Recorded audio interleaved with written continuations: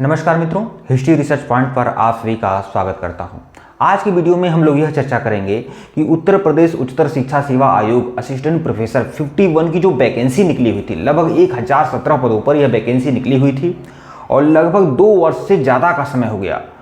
जब UP TGT PGT का form आया था उससे भी 1.5-3 माह पहले यह उत्तर प्रदेश उच्चतर शिक्षा सेवा आयोग असिस्टेंट प्रोफेसर में 1017 पद पर वैकेंसी निकली हुई थी। 1,14,000 लोगों ने आवेदन दिया था, लेकिन अभी तक परीक्षा कुछ नहीं हुआ। परीक्षा पूरी तरह से अभी कोई परीक्षा का शुरुआत नहीं है और यही कहा गया है जब तक शिक्षा सेवा चयन आयोग बन नहीं जाएगा, नया शिक्षा सेवा चयन आयोग बन नहीं जाएगा और नया शिक्षा सेवा चयन आयोग के द्वारा ही भर्ती होगी।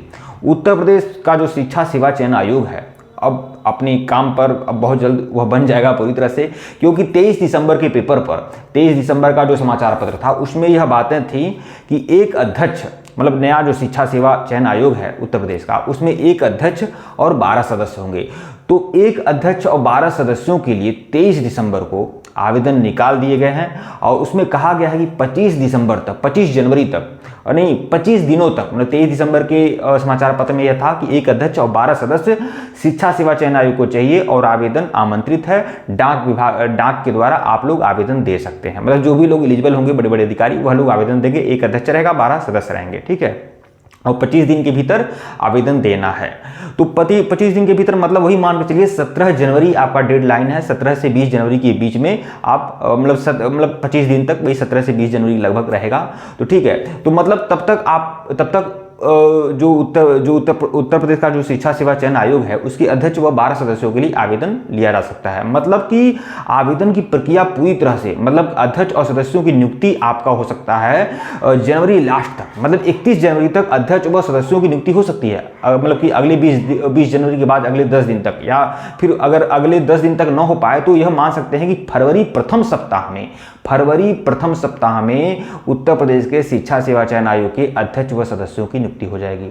अब अध्यक्ष व सदस्यों की नियुक्ति हो जाएगी तो बहुत ज़्यादा प्रक्रिया नहीं रहेगा। अब उसके बाद उनको अपना काम करना रहेगा। जो बाकी जो बची हुई भर्तियां हैं, विशेष रूप से जो उत्तर प्रदेश उच्चतर शिक्षा सेवा चयन आयोग के द्वारा जो असिस्टेंट प्रोफेसर की 51 की जो वैकेंसी निकाली गई थी 1017 पदों के लिए, वो तो सबसे पुरानी है, सबसे बड़ी जिम्मेदारी तो वही है। तो उसकी नियुक्ति प्रक्रिया को संपन्न करना, उसका परीक्षा कराना, परिणाम देना, नियुक्ति प्रक्रिया को संपन्न करना, यह शिक्षा सेवा चयन आयोग का दायित्व रहेगा। फिर जो उत्तर प्रदेश में जो टीजीटी पीजीटी प्रशिक्षित स्नातक व स्नातकोत्तर शिक्षक की जो भर्ती निकली हुई है उसको संपन्न कराना, उसका परिणाम देना, उसकी नियुक्ति प्रक्रिया संपन्न कराना, यह उत्तर प्रदेश शिक्षा सेवा चयन आयोग का 2 महत्वपूर्ण कार्य तो तुरंत रहेगा। तो देखिए ऐसा बात नहीं, कुछ लोग ये कह रहे हैं कि भैया आयोग बन जाएगा तो फिर आयोग बहुत सारा अपना काम निपटाएगा। तो देखिए ऐसी बात है कि सारा प्रोफार्मा तैयार है। पिछला आयोग जो था उसने ही सबसे पहले सारा काम पहले ही उस आयोग ने यूपी टीजीटी पीजीटी के लिए या असिस्टेंट प्रोफेसर के लिए आवेदन ले लिए हैं, पूरा काम कर दिया। बस इस आयोग को, जो नया चयन आयोग बनेगा, इसको बस परीक्षा करानी है, परिणाम देना है, नियुक्ति प्रक्रिया संपन्न करानी है, यह कार्य दायित्व रहेगा। तो मेरे हिसाब से देखिए अप्रैल मई में आपका चुनाव का माहौल रहेगा, तो मेरे हिसाब से मार्च में यह परीक्षा संपन्न हो सकती है, ज़्यादा संभावना रहेगा और ये 90% संभावना है। आयोग आपका फरवरी प्रथम सप्ताह में बन जाएगा। अब प्रथम सप्ताह के बाद किसी प्रकार का कोई बयानबाजी नहीं रह पाएगी, मतलब कोई बहाना नहीं रहेगा। जब आयोग बन जाएगा फरवरी प्रथम सप्ताह में, तो उसके बाद बहाना तो रहेगा नहीं, उसके बाद परीक्षा ही कराना है। तो यह ज़्यादा संभावना है कि फरवरी लास्ट में अगर बहुत ज़्यादा शीघ्रता दिखाया तो फरवरी लास्ट में भी परीक्षा हो सकती है, नहीं तो मार्च में आपका परीक्षा हो जाएगा। देखिए असिस्टेंट प्रोफेसर की 1017 पदों पर जिसके लिए मैं वीडियो बना रहा हूं, उसकी परीक्षा आपका मार्च में संभावित है। 90% संभावना है कि मार्च में उसका भी परीक्षा हो जाएगा और उत्तर प्रदेश टीजीटी पीजीटी का भी आपका परीक्षा आपका मार्च में ज़्यादा संभावना है कि दोनों परीक्षाएं आपको मार्च में देखने को मिल सकती है। 90% संभावना है, क्योंकि अप्रैल या मई में चुनाव का माहौल रहेगा और अगर यह दोनों परीक्षाएं नहीं होती हैं तो फिर लोकसभा का चुनाव है। तो आप समझ सकते हैं कि कहीं ना कहीं सरकार को भी अपनी बात फैलानी रहती है। कुछ न कोई भर्ती दिया है, अब ऐसा नहीं कि 2 साल 3 साल कोई पुरानी भर्ती आया है तो उसे संपन्न करना चाहेगी गवर्नमेंट, ठीक है।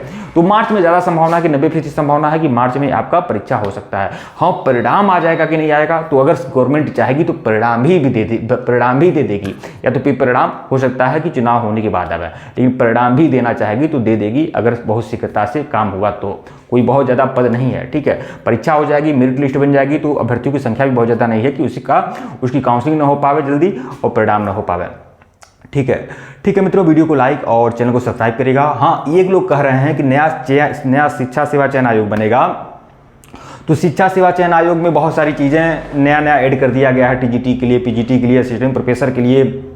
तो देखिए, जो पहले वैकेंसी निकली हुई है, उसका जो सिलेबस है, उसका जो चयन प्रक्रिया है, उसमें किसी प्रकार का बदलाव कम से कम यह शिक्षा सेवा चयन आयोग नहीं करने वाला है। हाँ, अब आगे जो भर्तियां निकलेंगी उसके लिए बदलाव होगा, ठीक है।